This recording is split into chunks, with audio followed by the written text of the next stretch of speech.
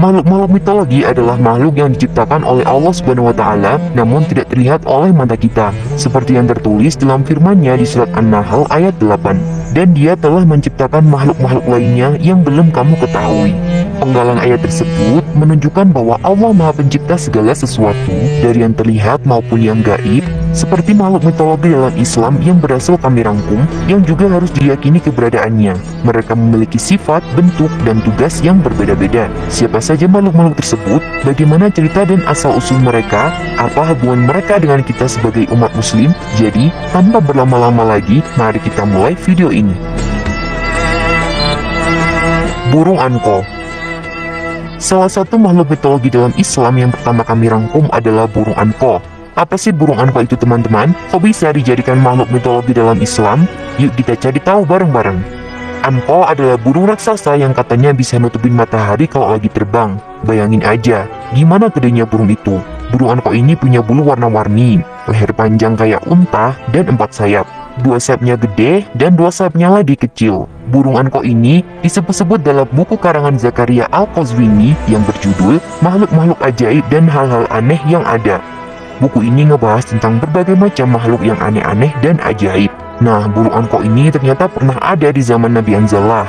Nabi Hanzalah itu nabi yang diutus Allah untuk kaum Ros.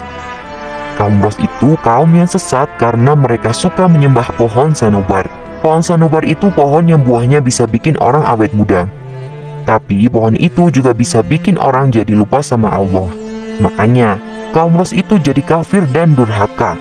Burung Anko ini suka banget makan hewan-hewan gede kayak unta, gajah, sama kuda. Kadang-kadang dia juga makan manusia, apalagi anak-anak. Burung Anko ini jahat banget kan? Makanya, penduduk Ros yang masih ada yang beriman, mereka minta tolong sama Nabi Hanzalah. Nabi Hanzalah pun berdoa sama Allah supaya burung Anko ini dimusnahkan. Allah pun mengabulkan doa Nabi Hanzalah dan burung Anko ini pun mati terbakar sampai nggak ada lagi keturunannya. Anko ini mirip-mirip sama burung simurg dari Persia dan Phoenix dari Mesir kuno. Tapi bedanya, Anko ini nggak bisa hidup lagi dari abunya kayak Phoenix ya. Anko ini cuma ada di zaman Nabi Hanzalah aja, dan sekarang udah punah. Anko ini adalah salah satu contoh makhluk mitologi dalam Islam yang punya cerita yang seru dan penuh hikmah. Dari cerita Anko, kita bisa belajar bahwa Allah itu Maha Pencipta dan gak ada yang patut disembah selain Dia. Kita juga bisa belajar bahwa Allah itu Maha mendengar dan Maha mengabulkan doa orang-orang yang beriman dan taat. Kita juga bisa belajar bahwa Allah itu Maha Kuasa dan gak ada yang bisa ngelawan kehendaknya. Dabat Al-Ard. Selanjutnya, salah satu makhluk mitologi dalam Islam yang mungkin jarang kita dengar yaitu Dabat Al-Ard. Apa itu Dabat Al-Ard? Bagaimana bentuknya? Dan apa perannya dalam sejarah Islam? Mari kita simak bersama. Dabat Al-Ard adalah binatang buas atau monster yang akan muncul dari perut bumi menjelang hari kiamat. Nama Dabat Al-Ard berarti binatang melata dari bumi. Binatang ini disebut-sebut sebagai salah satu tanda sebelum datangnya hari penghakiman. Allah Subhanahu wa Ta'ala berfirman dalam surat An-Naml ayat 82. Dan apabila perkataan telah jatuh atas mereka, kami keluarkan sejenis binatang melata dari bumi yang akan mengatakan kepada mereka bahwa sesungguhnya manusia dahulu tidak yakin kepada ayat-ayat kami. Dari ayat ini kita bisa mengetahui bahwa Dabat Al-Ard akan muncul ketika manusia sudah tidak lagi percaya kepada ayat-ayat Allah Subhanahu wa Ta'ala. Binatang ini akan berbicara dengan kata-kata yang fasih dan jelas sehingga tidak ada yang bisa menyangkal kebenarannya. Dabat Al-Ard akan memberikan tanda pengenal kepada orang-orang mukmin dan orang-orang kafir dengan menggunakan tongkat Nabi Musa alaihissalam dan cincin Nabi Sulaiman alaihissalam. Tongkat Nabi Musa akan membuat wajah orang-orang mukmin bersinar, sedangkan cincin Nabi Sulaiman akan membuat hidung orang-orang kafir terlihat. Dengan demikian, tidak ada lagi yang bisa menyembunyikan keimanan dan kekufuran mereka. Lalu, bagaimana bentuk Dabat Al-Ard? Sayangnya, tidak ada penjelasan yang pasti tentang wujud binatang ini. Namun, ada beberapa riwayat yang menyebutkan, dari Ibnu Jurais meriwayatkan bahwa Dabat Al-Ard memiliki gabungan antara beberapa binatang seperti kerbau, babi, gajah, rusa, harimau, dan unta. Menurut Ibnu Abbas radhiyallahu an, binatang ini mempunyai punuk yang panjang yang dapat dilihat oleh orang yang berada di bumi bagian timur dan barat. Wajahnya seperti wajah manusia dan paruhnya seperti paruh burung. Mempunyai banyak bulu di tubuh dan kepalanya. dan banyak pendapat lainnya. Namun yang pasti, ukuran tubuh Dabat al-Ard sangatlah besar dan pergerakannya relatif cepat. Dabat al-Ard akan muncul di kota Mekah, tepatnya di sekitar Gunung Sofa. Setelah peristiwa matahari terbit dari barat, Dabat al-Ard adalah salah satu makhluk Allah yang memiliki kekuasaan dan kehendak yang tinggi. Binatang ini tidak akan takut kepada siapapun kecuali Allah Subhanahu wa Ta'ala. Sebelum lanjut ke makhluk mitologi yang ketiga, alangkah baiknya untuk teman-teman doyan cerita untuk tekan tombol like, komen, share, dan subscribe agar saya lebih semangat lagi untuk merangkum dan menulis cerita seru lagi. Jasasah, salah satu makhluk mitologi Islam yang sangat misterius yaitu Al-Jasasah. Apa itu Al-Jasasah? Bagaimana bentuknya? Dan apa kisahnya dengan Dajjal? Mari kita simak bersama. Al-Jasasah adalah makhluk yang menjadi mata-mata dan pengawal Dajjal yang akan muncul pada akhir zaman. Nama Al-Jasasah berarti mata-mata karena makhluk ini selalu mengintai informasi untuk kemudian disampaikan kepada Dajjal. Al-Jasasah disebut dalam salah satu hadis yang mengisahkan pertemuan antara salah seorang sahabat Nabi dengan Dajjal. Hadis tersebut diriwayatkan oleh Imam Muslim. Dalam hadis tersebut dikisahkan bahwa Tamim Ad-Dari, seorang sahabat Nabi yang berasal dari Kristen, pernah terdampar di sebuah pulau bersama 30 orang lainnya. Di pulau itu, mereka bertemu dengan makhluk yang berburu lebat dan bisa berbicara. Makhluk itu memperkenalkan dirinya sebagai Al-Jasasah dan mengajak mereka untuk bertemu dengan seorang laki-laki yang sedang dibelenggu di sebuah biara. Laki-laki itu ternyata adalah Dajjal yang mengaku sebagai Tuhan dan menanyakan berbagai hal tentang Nabi Muhammad SAW dan kaumnya. Dari kisah ini, kita bisa mengetahui bahwa Al-Jasasah adalah makhluk yang taat kepada Dajjal dan membantunya dalam menyesatkan manusia. Bentuk Al-Jasasah tidak diketahui secara pasti, namun ada beberapa pendapat yang mengatakan bahwa Al-Jasasah adalah seekor anjing, babi, atau binatang melata yang berukuran besar. Al-Jasasah akan muncul bersama Dajjal di akhir zaman dan menjadi salah satu tanda besar hari kiamat. Dajjal. Siapa sih yang gak pernah dengar nama Dajjal? Pasti semua orang pernah dengar kan? Tapi, apa sih sebenarnya Dajjal itu? Apa yang akan dia lakukan di akhir zaman? Dan bagaimana kita bisa melindungi diri dari fitnah Dajjal? Yuk kita simak penjelasannya. Dajjal adalah sosok yang akan muncul di akhir zaman untuk menyesatkan umat manusia. Dajjal digambarkan sebagai seorang laki-laki bermata satu yang akan mengaku sebagai Tuhan. Dajjal akan memiliki kekuatan yang luar biasa untuk menyesatkan umat manusia. Dia bisa membuat hujan, tanaman, binatang, bahkan membangkitkan orang mati. Tapi, semua itu hanyalah tipu daya Dajjal yang diizinkan oleh Allah Subhanahu wa Ta'ala untuk menguji iman kita. Dajjal adalah salah satu tanda kiamat yang disebutkan oleh Nabi Muhammad SAW. Dalam beberapa hadis, Rasulullah SAW bersabda, dari Anas bin Malik, ia berkata, Rasulullah SAW bersabda, tidak ada fitnah yang lebih besar sejak Allah menciptakan Adam hingga hari kiamat daripada fitnah Dajjal. Hadis riwayat Muslim. Dari Huzaifah bin Asid, ia berkata, Rasulullah SAW bersabda, sesungguhnya aku takut terhadap fitnah Dajjal atas kalian. Maka barang siapa yang hidup di antara kalian ketika Dajjal muncul, maka bacalah permulaan surat Al-Kahfi. Hadis riwayat Ahmad. Dari Abu Hurairah, ia berkata, Rasulullah SAW bersabda, Dajjal akan muncul di sebelah timur, yaitu di arah Khurasan, dan di antara pengikutnya adalah orang-orang Yahudi Asbahan. Hadis riwayat Tirmizi. Dari hadis-hadis di atas, kita bisa tahu bahwa Dajjal adalah makhluk yang nyata, bukan fiktif.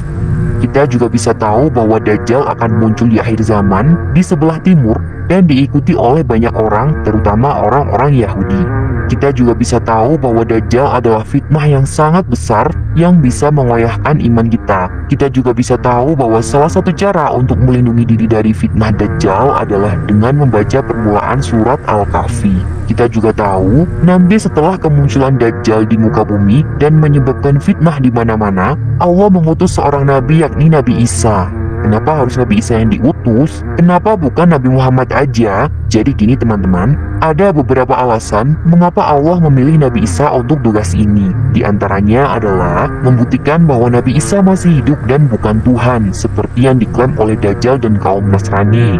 mengembalikan Nabi Isa ke asalnya, yaitu tanah. Karena ia juga diciptakan dari tanah dan akan kembali ke tanah. Menjalankan kewajiban jihad, karena Nabi Isa adalah seorang mujahid yang berjuang di jalan Allah. Mengabulkan doa Nabi Isa, karena ia pernah memohon kepada Allah agar diizinkan untuk kembali ke bumi dan menjadi umat Muhammad. Nabi Isa akan turun di Menara Putih di Damaskus, Suriah, pada saat sholat subuh. Ia akan memimpin sholat bersama kaum muslimin yang dipimpin oleh Imam Mahdi. Setelah itu, ia akan berangkat menuju pintu Lut di Palestina, tempat Dajjal dan pengikutnya berkumpul. Di sana, ia akan menghadapi Dajjal dan melemparnya dengan tombaknya. Dajjal akan terluka dan berlari ketakutan. Nabi Isa akan mengejarnya dan membunuhnya di pintu Baitul Maqdis. Darah Dajjal akan bercucuran dan semua orang akan melihat kematiannya. Dengan demikian, fitnah Dajjal akan berakhir dan Nabi Isa akan membawa kedamaian dan keadilan di bumi. Ikan Nun. Makhluk mitologi Islam yang sangat menarik, yaitu ikan nun. Apa itu ikan nun? Bagaimana kisahnya dengan Nabi Yunus alaihissalam? Dan apakah ikan nun masih hidup sampai sekarang? Mari kita simak bersama. Ikan nun adalah ikan raksasa yang ditelan oleh Nabi Yunus alaihissalam ketika beliau meninggalkan kaumnya tanpa izin dari Allah Subhanahu wa Ta'ala. Ikan nun memiliki ukuran yang sangat besar dan kemungkinan berbentuk seperti ikan paus. Hanya saja, ukurannya lebih besar dari ikan paus biasa dan dipercaya sebagai ikan terbesar di dunia. Namun, wujud sebenarnya hanya diketahui oleh Allah Subhanahu wa Ta'ala. Kisah Nabi Yunus alaihissalam dan ikan nun terdapat dalam Al-Quran surat Al-Anbiya ayat 87-88 dan surat As-Saffat ayat 139-148. Dalam kisah tersebut, Nabi Yunus alaihissalam diutus untuk berdakwah kepada kaum Ninawa yang menyembah berhala. Namun setelah berdakwah selama 33 tahun, tidak ada yang mau beriman kepada Allah Subhanahu wa Ta'ala. Nabi Yunus alaihissalam merasa putus asa dan memperingatkan datangnya azab dari Allah Subhanahu wa Ta'ala. Kemudian beliau pergi meninggalkan kaumnya tanpa izin dari Allah. Nabi Yunus menaiki sebuah kapal yang berlayar di laut. Di tengah perjalanan, kapal tersebut mengalami badai hebat yang mengancam keselamatan penumpangnya. Orang-orang di kapal memutuskan untuk mengundi siapa yang harus melompat ke laut agar kapal tidak tenggelam. Nama Nabi Yunus keluar sebanyak 3 kali berturut-turut. Maka Nabi Yunus alaihissalam pun melompat ke laut dan ditelan oleh ikan nun. Nabi Yunus alaihissalam berada dalam perut ikan nun selama 40 hari. Beliau terombang-ambing di dalam perut ikan nun dan dibawa mengarungi samudera. Nabi Yunus berada dalam 3 kegelapan, yaitu gelapnya perut ikan, gelapnya dasar laut, dan gelapnya malam. Dalam keadaan tersebut, Nabi Yunus terus bertasbih dan menyesali kesalahannya. Beliau berdoa kepada Allah Subhanahu wa Ta'ala dengan mengucapkan, "Tidak ada Tuhan selain Engkau, Maha Suci Engkau. Sungguh, aku termasuk orang-orang yang zalim." Allah Subhanahu wa Ta'ala menerima doa Nabi Yunus dan memerintahkan ikan nun untuk memuntahkannya ke daratan. Nabi Yunus keluar dari perut ikan nun dengan keadaan kurus, lemah, dan kulit yang mengelupas. Allah Subhanahu wa Ta'ala menumbuhkan pohon labu untuk Nabi Yunus alaihissalam. Buahnya mudah dimakan dan daunnya dapat dijadikan selimut. Setelah pulih, Nabi Yunus alaihissalam kembali ke Ninawa dan baru mengetahui bahwa kaumnya sudah bertobat dan beriman kepada Allah Subhanahu wa Ta'ala. Burung ababil. Makhluk mitologi Islam yang sangat menakjubkan. Apa itu burung ababil? Bagaimana kisahnya dengan pasukan gajah? Dan apa makna yang bisa kita ambil dari kisah ini? Mari kita simak bersama. Burung ababil adalah burung yang memiliki sejarah penting dalam agama Islam. Burung ini tercatat dalam Al-Quran sebagai hewan yang dikirim oleh Allah Subhanahu wa Ta'ala untuk melindungi Ka'bah dari serangan pasukan gajah yang hendak merusaknya. Dalam Al-Quran surat Al-Fil ayat 3 disebutkan bahwa dan dia mengirimkan kepada mereka burung yang berbondong-bondong. Kisah ini terjadi pada tahun 570 Masehi ketika Raja Abraha, seorang gubernur Yaman yang bawahan kerajaan Aksum, ingin menghancurkan Ka'bah dengan membawa pasukan gajah yang besar dan kuat. Abraha memiliki dendam kepada Ka'bah karena ia telah membangun gereja besar di Sana'a yang ingin menjadikan pusat ibadah seluruh Arab, namun tidak ada yang mau datang ke sana. Abraha merasa tersaingi oleh Ka'bah yang menjadi tempat suci bagi orang-orang Arab. Abraha pun memimpin pasukan gajah menuju Mekah. Di tengah perjalanan, ia menghancurkan dan merampas semua yang ada di depannya, termasuk unta milik Abdul Muthalib, kakek Nabi Muhammad SAW. Abdul Muthalib datang menemui Abraha untuk meminta kembali untanya, namun Abraha mengejeknya dan berkata, Kamu datang kepadaku untuk meminta unta, padahal aku datang untuk menghancurkan rumah Tuhanmu. Abdul Muthalib menjawab dengan tenang, unta adalah milikku, sedangkan rumah itu adalah milik Allah. Dia akan melindunginya dari orang-orang yang ingin merusaknya. Abdul Muthalib pun kembali ke Mekah dan memerintahkan penduduknya untuk mengungsi ke bukit-bukit. Ia bersama dengan orang-orang Quraisy berdoa kepada Allah Subhanahu wa Ta'ala agar menyelamatkan Ka'bah dari ancaman Abraha. Allah Subhanahu wa Ta'ala pun mendengar doa mereka dan mengirimkan bantuan berupa burung ababil. Burung-burung ini membawa batu-batu panas dari neraka yang dilemparkan kepada pasukan gajah. Setiap yang terkena batu itu akan binasa. Pasukan gajah pun kocar-kacir dan lari terbirit-birit. Abraha sendiri terluka parah dan meninggal dalam keadaan hina. Buraq, makhluk yang telah mengangkut Nabi Muhammad SAW ke surga. Siapakah sebenarnya Buraq? Bagaimana bentuk dan sifatnya? Bagaimana kisahnya dalam perjalanan Isra Mi'raj? Mari kita simak bersama. Buraq adalah salah satu nama mulia yang diberikan oleh Allah kepada makhluk yang diciptakan dari cahaya. Sejenis jin yang memiliki kecepatan dan kekuatan yang luar biasa, namun tidak sekuat malaikat. Buraq berasal dari kata barq yang berarti kilat atau cahaya, karena makhluk ini dapat melesat seperti kilat atau cahaya. Buraq digambarkan sebagai binatang putih dengan kepala manusia dan badan setengah keledai dengan sayap di sisinya. Namun, ada juga yang mengatakan bahwa Buraq menyerupai kuda dengan kepala seorang wanita dan ekor burung merak atau burung putih yang besar. Buraq dikenal sebagai makhluk yang menjadi kendaraan Nabi Muhammad SAW saat peristiwa Isra Mi'raj, yaitu perjalanan malam dari Masjidil Haram di Mekah ke Masjidil Aqsa di Yerusalem, dan kemudian melanjutkan perjalanannya ke Sidratul Muntaha di langit ke-7. Peristiwa ini terjadi pada tahun ke-10 kenabian, sekitar 1 tahun sebelum hijrah. Dalam perjalanan ini, Nabi Muhammad SAW bertemu dengan para nabi dan rasul terdahulu, menerima perintah sholat 5 waktu, dan menyaksikan berbagai keajaiban dan rahasia Allah. Dalam sebuah hadis riwayat Imam Bukhari dan Muslim, Nabi Muhammad SAW bersabda dari Anas bin Malik bahwasanya Rasulullah bersabda, "Didatangkan kepadaku Buraq, seekor tunggangan putih, lebih tinggi dari keledai dan lebih rendah dari bakol. Ia berupaya meletakkan telapak kakinya di ujung pandangannya. Setelah menungganginya, maka Buraq itu berjalan membawaku hingga sampai ke Baitul Maqdis. Aku ikat tunggangan itu di tempat biasanya para nabi mengikat tunggangannya." Dari hadis ini, kita dapat mengetahui bahwa Buraq adalah makhluk yang sangat istimewa, karena ia dapat menempuh jarak yang sangat jauh dalam waktu yang sangat singkat, dan ia hanya dapat ditunggangi oleh para nabi dan rasul. Buraq juga memiliki sifat yang taat dan patuh kepada Allah dan Rasul-Nya, karena ia tidak pernah menolak atau mengeluh saat ditugaskan untuk mengangkut Nabi Muhammad SAW. Ya'juj Ma'juj.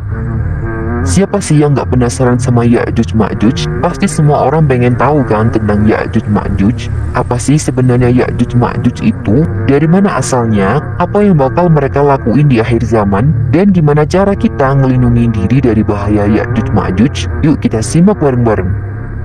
Ya'juj Ma'juj adalah dua suku yang sangat banyak jumlahnya, bahkan lebih banyak dari manusia biasa. Perbandingannya adalah 1:999 antara manusia umumnya dengan Ya'juj Ma'juj. Mereka adalah keturunan Nabi Nuh alaihissalam dari anaknya yang bernama Yafits. Mereka tinggal di belahan bumi timur, di balik tembok besar yang dibangun oleh Zulkarnain. Zulkarnain itu adalah seorang raja yang saleh yang sering berkeliling dunia untuk menegakkan keadilan. Zulkarnain membantu suatu kaum yang minta perlindungan dari gangguan Ya'juj Ma'juj. Zulkarnain pun membangun tembok dari besi dan tembaga yang sangat kuat dan tinggi, sehingga Ya'juj Ma'juj tidak bisa melewati atau bahkan menghancurkan tembok tersebut sampai waktu yang ditentukan. Ya'juj Ma'juj itu digambarkan sebagai orang-orang yang bermuka lebar, bermata sipit, berambut merah, dan berbadan pendek.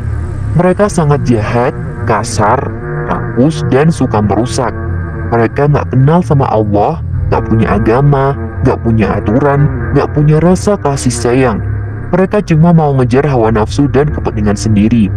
Mereka suka makan apa aja termasuk manusia, binatang, tanaman, bahkan tanah.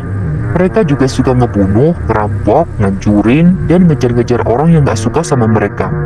Terus, bagaimana kita bisa melindungi diri dari Ya'juj Ma'juj? Jadi teman-teman, untuk melindungi diri kita dari bahayanya Ya'juj Ma'juj ini, cuma satu teman-teman, yaitu lari. Ya, lari menjauh dari Ya'juj Ma'juj dan sembunyi di balik benteng. Hal ini dijelaskan dalam hadis Nabi SAW dari Abu Sa'id Al-Khudri radhiyallahu anhu yang mengatakan bahwa ia pernah mendengar Rasulullah SAW bersabda, "Bila tembok Ya'juj Ma'juj dibuka, maka mereka pergi memasuki dunia manusia, seperti yang disebutkan oleh firman-Nya, dan mereka turun dengan cepat dari seluruh tempat yang tinggi." Quran Surat Al-Anbiya ayat 96.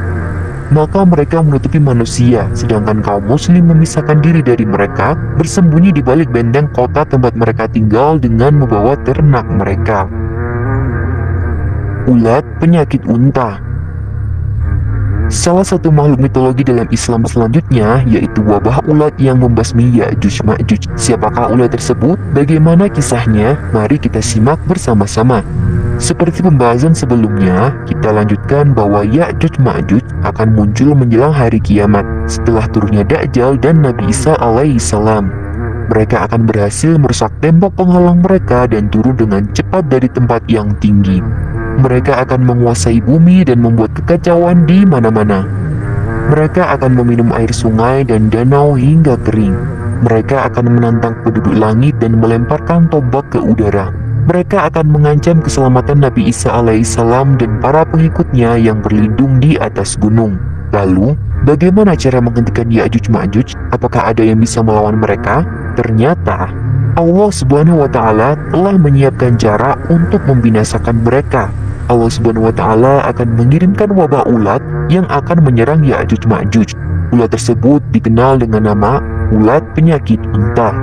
Ulat itu akan menggerogoti tengguk mereka hingga mereka mati semua. Lalu Allah Subhanahu wa Ta'ala akan mengirimkan burung-burung besar yang akan membawa bangkai-bangkai Ya'juj Ma'juj dan melemparkannya ke laut. Kemudian Allah Subhanahu wa Ta'ala akan mengirimkan hujan yang akan membersihkan bumi dari kotoran dan bau busuk Ya'juj Ma'juj. Bumi akan kembali subur dan berkah. Subhanallah, betapa besar kuasa Allah Subhanahu wa Ta'ala mampu menghancurkan bangsa yang sombong dan zolim dengan cara yang tak terduga. Allah Subhanahu wa Ta'ala juga mampu menyelamatkan hamba-hambanya yang beriman dan bertawakal kepadanya. Dari kisah ini, kita bisa mengambil beberapa pelajaran, antara lain, kita harus beriman dan berserah diri kepada Allah Subhanahu wa Ta'ala, karena hanya Dia yang Maha Kuasa atas segala sesuatu. Kita harus menjauhi sifat sombong, zalim, dan merusak, karena itu adalah sifat Ya'juj Ma'juj yang dibenci Allah Subhanahu wa Ta'ala. Kita harus bersyukur atas nikmat Allah karena Allah Subhanahu wa Ta'ala bisa mengambilnya kapan saja dengan cara apapun. Kita harus selalu berdoa dan memohon perlindungan Allah Subhanahu wa Ta'ala dari fitnah Ya'juj Ma'juj, karena itu adalah salah satu tanda kiamat yang besar. Wallahu a'lam bishawab. Demikianlah video kali ini tentang beberapa makhluk mitologi dalam Islam yang wajib kita imani yang telah kami rangkum untuk teman-teman doyan cerita.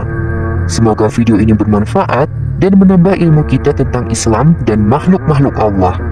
Yang baik datangnya dari Allah, dan mohon maaf bila kurang atau keliru itu datangnya dari saya pribadi selaku manusia biasa.